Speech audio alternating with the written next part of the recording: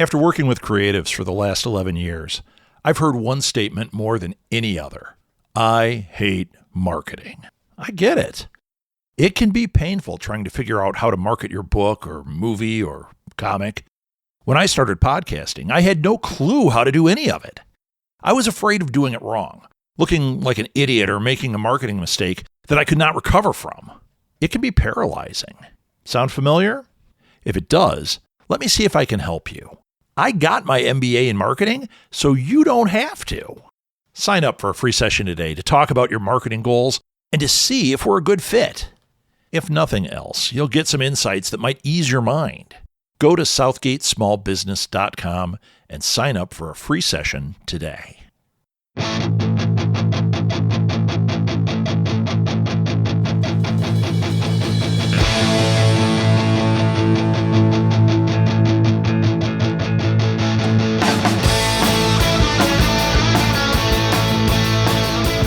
Welcome to Alley Chats. I'm your host, Rob Southgate.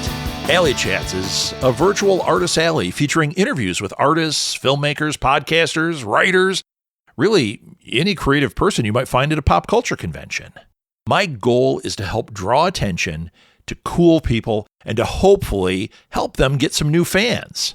I want this podcast to raise up these amazing people and to inspire you, the listener, to chase your dreams as well. You can follow Alley Chats on Facebook and join the conversation. I'll add more social media in the future, but for now, that's the best place to interact with me. You can also email me directly if you would like to be a guest or have a guest suggestion. My email is rob@smgpods.com. Today's guest is Christopher Hawkins. He's a dyed-in-the-wool geek, an avid collector of books, role-playing games, and curiosities.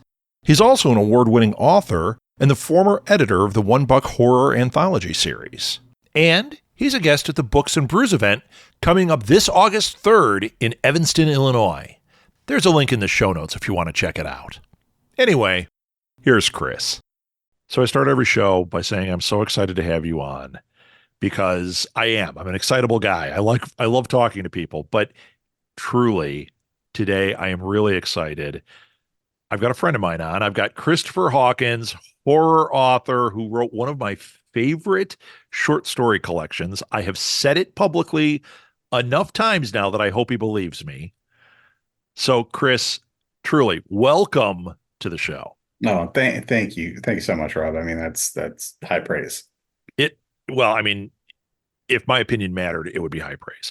But coming from my house, it matters. I do. I loved this book. I think it's just it was hitting so many scary buttons that I've told everybody about it. So Chris, why don't we start by you telling people who you are, what you do, give them a little background. Sure. So I'm a horror writer from just outside Chicago. I've written 2 books so far. The short story collection you mentioned, which is called Suburban Monsters, and my debut novel called Downpour, which it's actually won 2 awards so far. It won the Indie Reader Discovery Award in the horror category, and it's won the Book Life Prize from Publishers Weekly. And that was the first horror novel that's ever won that award. So I'm pretty excited. Wow. I didn't know that. I knew you had won the awards, but I didn't know that. That's very, very cool, Chris. Congratulations. Well, thank you. Thank you. So the way we met, I should give a little backstory because we're going to sound familiar here, is I was at C2E2 and I was just doing what I do, networking, talking to people and everything. And there are these 2 guys sitting on the end cap, just sitting there hanging out with their books. And it was facing a brick wall. Facing a brick wall, yes. And Chris Hawkins and Brian Pinkerton. And actually, the person I was talking to was around the corner from them. They got busy with a customer. So I was like, I'll just turn the corner. And I see these guys sitting there and I get in conversation. And the next thing I know is they're the guys I want to talk to. I just had so much fun meeting you guys and then getting to know you more, reading your books. I'm a big fan of both of yours. And I'm about to write to Brian and say, why the hell haven't you scheduled an interview for this Books and Brews series? Because I know he's on it. But it's been great. And we've done some events together. We've got a lot more that will be happening, even though we haven't got anything on the books. I have a feeling our lives are now intertwined, Chris. So let's jump into some of the questions. I have some preset questions, but as you know, because you know me enough, I have no attention span to stick with my questions. So I will be breaking all my own rules very quickly. Let's start with some basic ones though. First of all, what got you writing? What was the thing that made you go, here we go? Oh man. I don't know how to answer that question because it was so long ago. I mean, I've been writing since I was a teenager, but I've only Okay. been publishing for a couple of years. So when I think back to what got me writing, I mean, I think it's just that I've loved I've loved scripted media. Like just a big fan of like the old Twilight Zone and movies, from the 1980s, like The Thing and Ghostbusters, and like the 80s was just this amazing time for like really creative, just kind of weird filmmaking, right? And I kind of fell in love with all of that, and then in high school, kind of got the bug for writing prose, and have just been kind of doing it ever since. I took some breaks to raise my family, but now I'm fully in it, publishing my own stuff. Well, so what pushed you over the edge to get you publishing? Well, it was a lot of back and forth with agents. I had three agents, one after another. One ended up leaving very quickly after signing me as a client because they changed careers completely. One I worked with for about a year, year and a half, and we just weren't able to place the book that I had at the time. And then a third agent who, quite frankly, was kind of a bit of a horror story. I don't want to get too much into it, but yeah, so after going through that process for like a good, I want to say like 6, 7 years, I'm just like, okay, well, this is obviously getting me nowhere. I need to get my stuff out there. I was at a point where nobody was reading my work, and that's never where a writer wants to be. So yeah, so I took the plunge and put out Suburban Monsters, and just the response to it has been huge. And I'm just so thrilled that people are embracing the book, and that people are reading it and taking the time out to like, write me and say that they like it. I mean, that to me is just like all this mind-blowing stuff that I'd always kind of wanted to happen, and now it's sort of there, and it's like I almost don't know what to do with it. It just doesn't feel real, right? Yeah, well, I mean, it's a great book, and there's so many great ideas in it. That's the thing that gets me is like it's truly scary, and there's just a lot of ideas playing out in it. And I mean, that's the recipe for success here. You know, think about it. Like the first time you read Books of Blood, I don't know if Oh you're God, yeah, yeah. your mind was blown because there were so many ideas, so many things going on, and that's truly how I felt reading this, Oh where I was wow, like, thank you. and I love short story collections. I know they don't sell like regular novels do, but I've always been a short story fan, and when I have a book that feels this way, where I feel like throughout the whole thing I'm getting just all these crazy ideas that are I'm never bored. That's a big thing. So there you go. That's why I'm such a big fan. Well, Uh, that's amazing. Thank you. so okay, child of the 80s. Yeah. Look, I've already ditched my questions. Uh, you loved all those movies. What would you say are the three touchstones from that time that you're like, they still live in me? Yeah, that's actually a lot easier. So the first one is Alien.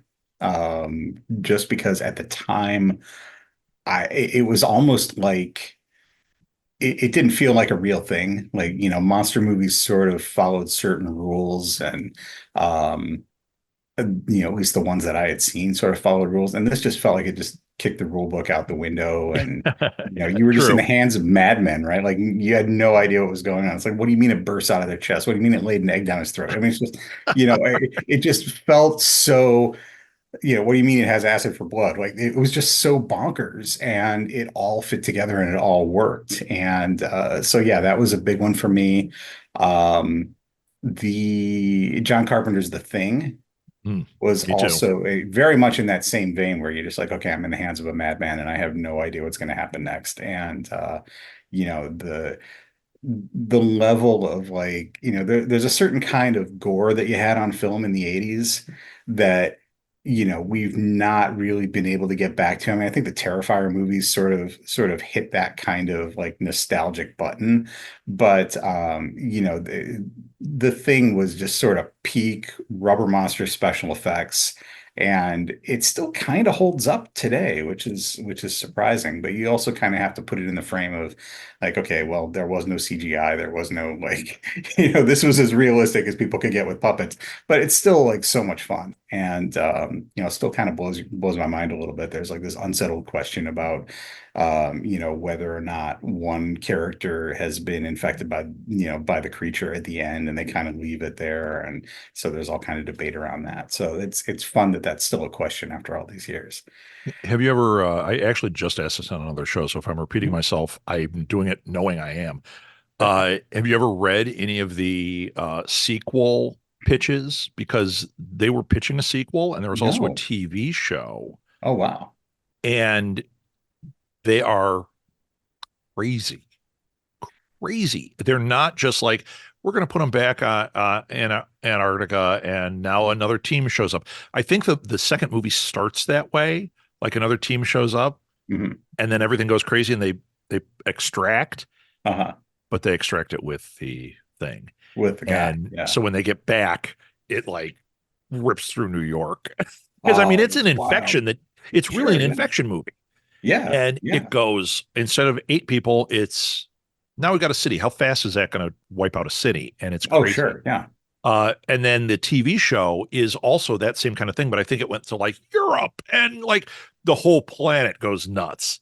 And Hmm. I can imagine they didn't greenlight it because how are they going to make that? That's a But big budget show right that is there. a big budget show. But it sounds absolutely awesome. Somebody needs to make a comic book out of that. I'll read the heck out of that thing. Oh, absolutely. Yeah. Yeah. So we got Um, Alien, we got the thing. we got the thing. I think the third one is probably Poltergeist. Yeah. And it's funny because like coming up in August, I have a chance to do a little talk with a few other members of the Chicago Horror Writers Association at Marcus Cinema up in Gurnee, where we're going to be talking about Poltergeist. And Are you yeah, showing the film? yeah, and that was just like a complete like formative moment for me. And seeing that movie, and the like those just amazing like sort of animated like ghost special effects, and Yeah. like the giant ghost puppet and the clown and everything. And just all of these like little bits of imagery that just sort of stick with me, and some of them have found their way into my writing too. Yeah, I mean that just blew my mind when I was young. So do you think that's something that these things, these it's not the exact things, but these images and ideas, do you think Mhm. they have influenced how you're writing now, or do you think that maybe a little bit, but really it's the rest of my life? Yeah, I mean, it's a little bit of both, really, because it's all kind of material, right? So, if there was a thing that frightened me when I was, 10 years old and it stuck with me into my adulthood, then yeah, it's probably going to come out in my writing, right? So the clown under the bed is going to show up in your writing at some point. Yeah, I have like a terrible thing about clowns. Like and it's funny because my grandmother, who was amazing, she often made dolls, and one thing that Uh-oh. she made for me, you see where this is going, is a clown doll. But it was at the time almost as big as I was. So I Oh, was oh like God. maybe I want to say I was like maybe 6 or 7, I was very, very small. And this was like a 3 foot clown doll that she made. God. So I remember being terrified of this thing consistently and piling all my other stuffies around it. Like, okay, well, this is going to be the early warning system. So, like, if the clown comes to life, maybe my stuffies will come to life and save me from this thing. Um, so there's a little bit of clown stuff in Suburban Monsters, not a lot, but It's there's a there. that kind of revolves around that. So yeah, I'd say that that was stuff that kind of stuck with me. And then, a lot of the body horror stuff that I write, came right out of like The Thing and Alien. It's all that was sort of my introduction to it. Sure. And then you mentioned Books of Blood. I mean, Clive Barker kind of like took some of those ideas and just kind of ran with them. Yeah. And Yeah. yeah, so yeah, it's all kind of part and parcel, right? It all kind of goes into a blender, and then sometimes little things come out, and sometimes they, sometimes they don't. So was it always horror, or was that what you wanted to write? Um, yeah, I mean, those are kind of the stories that I have to tell. I do write some stuff that I consider to be a little bit more like speculative fiction fantasy type stuff than straight horror, but I feel like that horror element always kind of creeps in. I've got a book that I'm editing that I hope to have out in March, and that one's really much more of a sort of a science fiction sort of thing, but there's like a lot of horror stuff in it as well. So I don't think I can really ever like get fully away from it, but it's always been, horror is one of those things that plays well with a lot of genres, right? Yeah. So it's um, you can have a romance and then you can have horror elements in the romance. You can have science fiction, you can have horror elements in the science fiction, like with, Alien and the Thing. So there's really no like wrong place for horror. You can do horror comedy, you can do horror, there's a lot of horror erotica out there. There's all kinds, like almost any genre you can think of, you can pair it up with horror and come up with something really cool. So I think that's part of the reason I'm always drawn back to it is that no matter what kind of story I want to tell, I can still have those horror elements and kind of make it scary.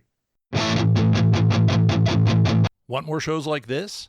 We've got a lot more on the Southgate Media Group Patreon page. Some free, some paid. Plus, there's exclusive content for subscribers only.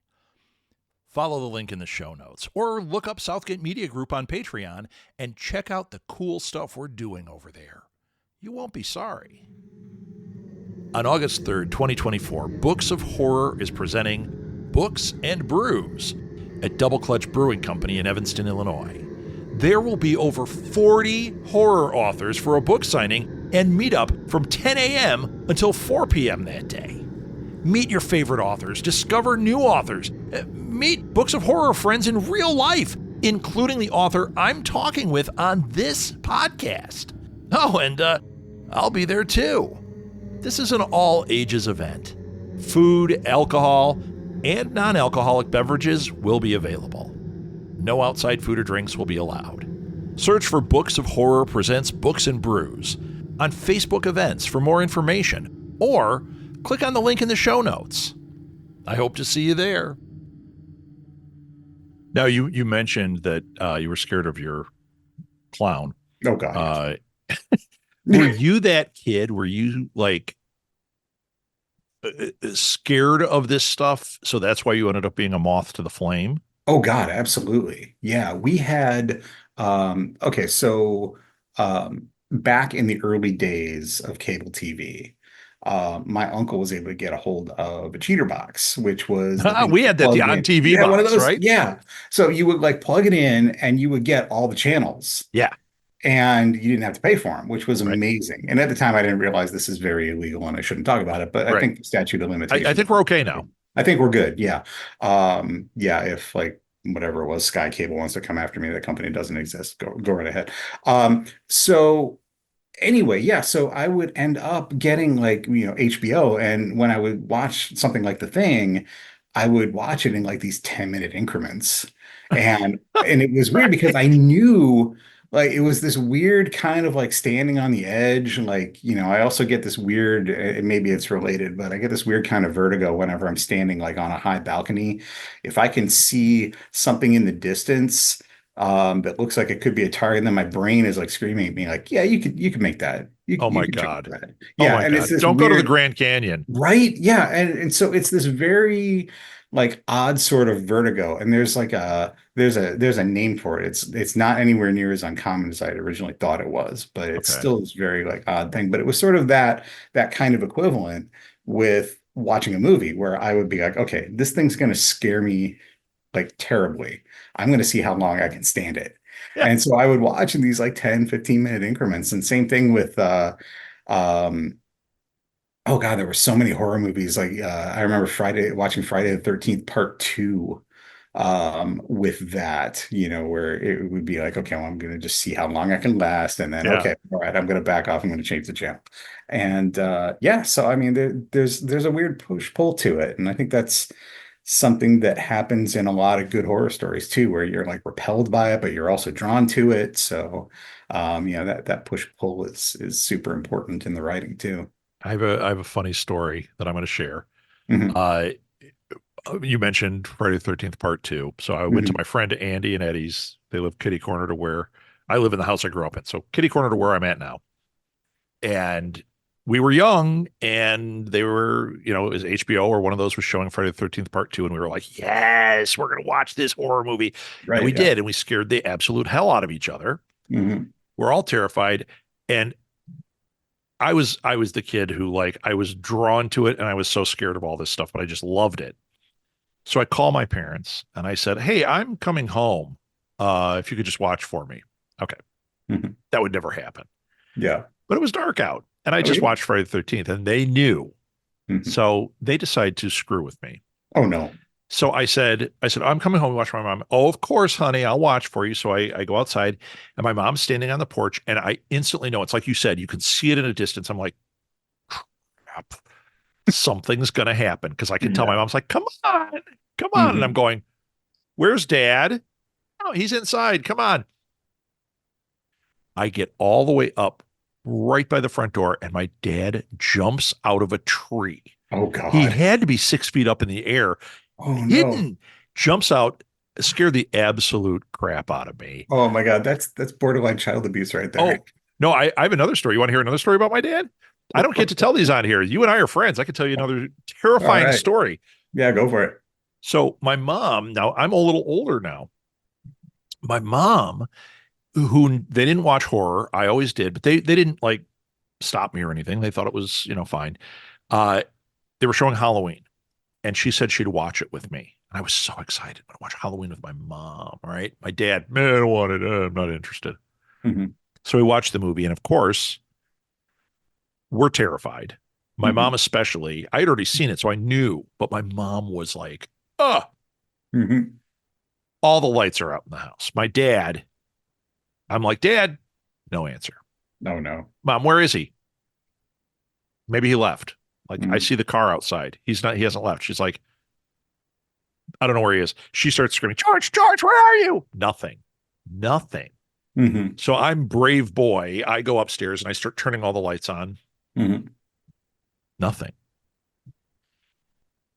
So much so that she gets in bed in her, in their room. I'm in my room.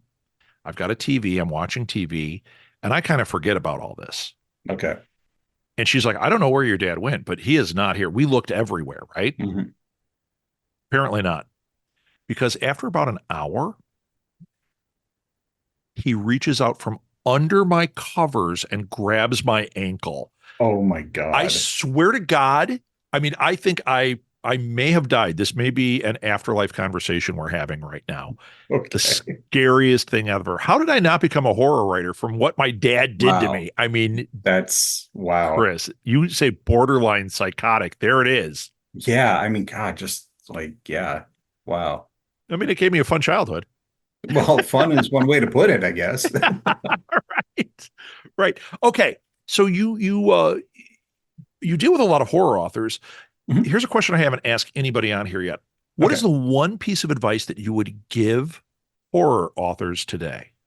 Like specifically to horror authors. Somebody comes up, hey, I'm a horror author. I'm Uh-huh. I'm trying to, do my thing. What advice do you have for me? Um, yeah, I mean, honestly, I think probably the biggest advice that I would give them is to go indie because there's been this sort of explosion in horror writing over the past couple years, and it's all within the indie sphere.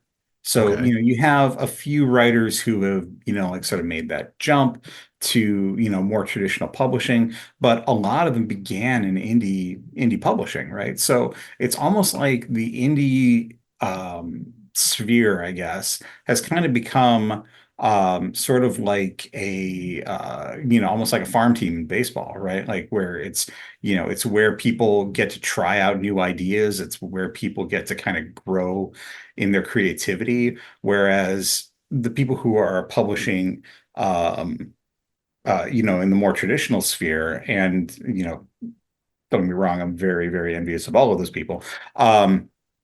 But there's a lot of pressure to sort of do the same, right? Right. So it's like, here's the book that was the hit for you. Now we need that same thing, but different, right? Right. And there are a lot of writers who really excel at that and, have really like made these amazing careers for themselves. But in the indie sphere, people are way more open to, okay, well, here I'm going to put out this experimental novella. I have no idea what it is, but then, maybe you've read my other book and you want to pick it up anyway.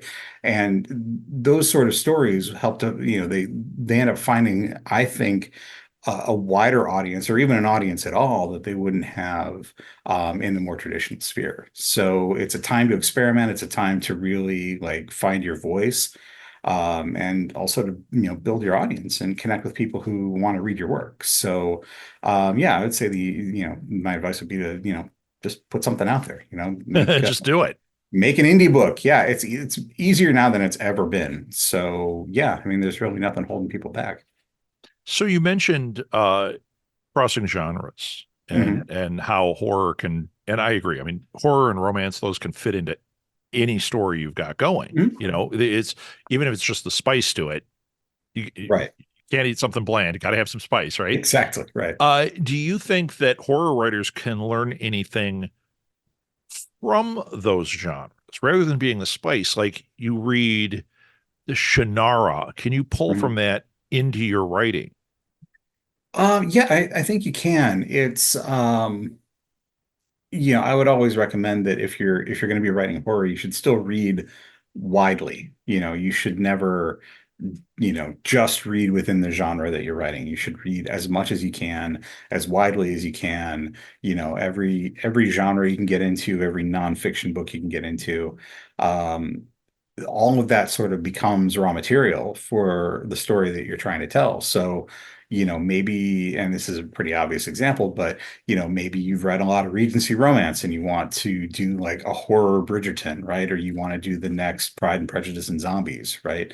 Um, or even something more subtle than either of those things. You could take elements from that time period and build them into a horror novel. If you're doing science fiction, or if you're reading a lot of science fiction, you can take some of the, magical elements and incorporate them into horror. So there's really nothing that is off limits. Hmm. Again, horror, it kind of goes both ways, right? Like you can put horror into any sort of other genre, but you can also bring those other genres in to inform the horror. So, even if you're doing, a typical, uh, like a slasher book or a haunted house book, you can bring in those fantastical elements. You can bring in those romance elements. You can bring in different time periods and different styles of storytelling. It all meshes together. So, uh, it- it- this is another one that's kind of like my earlier question, but I'm really interested to hear what you say. Right now, who are the three horror writers? Give me your top three that you're interested in right now. Oh God, are we talking about ones that are publishing right Take it how now? you want it. All right. Um, yeah, I always feel like I'm not up to date enough because I'll hear about a writer and then their book will end up on my TBR pile for like 2 years. Okay, so it doesn't So have to be super current. It just has to be what's current to you. What are three yeah, I writers that you're mean, like, these are the yeah, guys that I'm interested in? yeah, I've been catching up on Michael McDowell lately. And for those people who don't know him, he was actually the screenwriter for Beetlejuice. But leading up to that, he wrote a lot of paperback originals, and he wrote this amazing, I think it's a 6-part series called Blackwater. And it's just absolutely fantastic. He has a lot of standalone stuff that's being published through Valancourt Press right now. Um, so yeah, I mean, he's been a big, uh, like sort of recent influence in my work. He just has this amazing knack for description and the way he paces out his stories. It's just everything is, he's just so good at what he does. And tragically, Sure. he died, I think in the late 80s, if I'm remembering correctly. But yeah, I'm still kind of catching up on the stuff that Valancourt is putting out, and it's just all fantastic. Um, and then I'm trying not to be boring, but all of my You don't worry influences about are any kind name you of say is not boring. going to be boring. Yeah, so I'm going to talk like, like it's going to be the ones that everybody points to, right? It's going to be like Richard Matheson. It's going to be Edgar Allan Poe. It's going to be Like Arthur Machen is another one. You know, Rod Serling, Ray Bradbury, all of the writers that I read during my childhood around the same time that I was watching those scary movies on cable. Yeah. Those are the ones that sort of became the foundation for the work that I do now. So, Clive Barker is certainly up there. Stephen King is like way up there. He's another one that Everybody says Stephen King. How do you not, right? well, yeah, and he's another great example of someone who's kind of transcended the genre, right? Because he started off making these horror novels, and he still does, but he's also branched off into these really amazing fantasy books and into crime fiction, and the guy's just, I mean, he's just amazing. Yeah. And even when he's not at like the top of his form, he's still excellent. Yeah. And that to me is Right. amazing. It's like, okay, well, you buy a Stephen King book and you're like, okay, this is at least going to be interesting to read. But then every 5 or 6 novels, it's like, well, this is a classic. This Yeah. is When he hits it out of the park, which he right, does, it's right. incredible. Yeah. And yeah, so I'm consistently in awe of just how consistently good he is and how quickly he can put stuff out. I mean, I I don't know. I always feel inadequate kind of measured. I guess every writer feels inadequate measured up against that. But Yeah, he uh, put out 3 books during this interview. So if that I tells you think you're anything. right. Yeah, yeah, and they were all like doorstops. Um, so yeah, I mean, those are the ones that really like kind of stuck with me. So I know that's more than three, but That's okay. I didn't say you were good at math. no, I never have been. That's why I write. So, okay. You can meet Chris at Books and Brews. It's a double clutch brewing company in Evanston, Illinois, August 3rd. Buy his books, get his signatures, take a selfie with him, bring him some clown paraphernalia, scare the hell out of him. Right. I Yeah, mean, there's so everyone many dress up things as you can clowns, do. sure. Everybody come dressed as a clown. Yeah. I have a friend who's a musician, and he doesn't like clowns at all. And he actually, in one of the lyrics in his song is it's either I'm scarier or I'm sadder than 10,000 clowns. But every time I hear it, I'm like, oh, I know what he means because he Yeah. hates clowns. And Mhm. then on the other side of it, I'm friends with a professional clown I was in a commercial with. Oh wow. And yeah, and he gets really upset when people talk about this stuff because he's like, this is Yeah. his profession and he's Oh really into it. sure. Yeah. But then he's like, if you get him into the conversation about it, he's like, yeah, there's a lot of creeps doing it, which they give us all a bad Right. name. Yeah. So it's Yeah. like, yeah, it's one of those weird careers, Yeah, like I'm sure you know? 90% of them are fine, but then 10% are like John Wayne Gacy, right? That So, 10% is not good. right. You know what? All I can say to them is just stop it. Go do something else. Right. We don't Right. need you. So anyway, Books and Brews at Double Clutch Brewing Company, August 3rd. Get your tickets. The links are in the show notes. I think the afternoon is free, so you don't even have to get tickets.